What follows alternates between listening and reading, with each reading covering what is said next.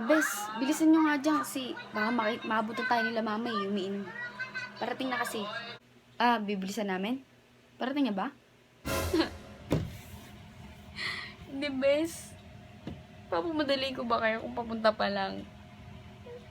Alin ka ba? Saan ka ba galing planeta?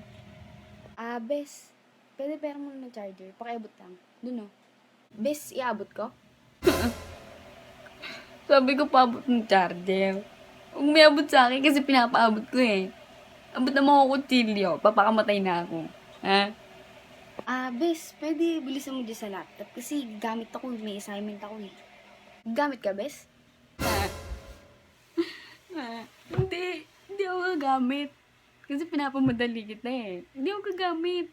Wala kasi ako assignment na gagawin. Bakit ako naging best friend ha? Ha? Tingin kita dyan eh.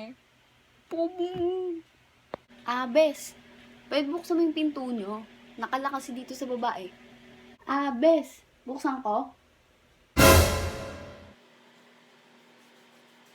Hindi best. Huwag mo buksan. Kasi pumunta ako dito para dito matulog eh. Tangmi.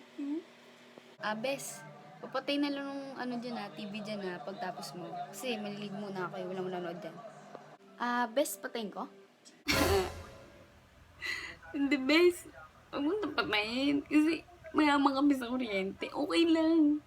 Okay lang, huwag mo napatayin. Diyan na lang yung buong magdamag hanggang sumabog tayo dito. Okay lang.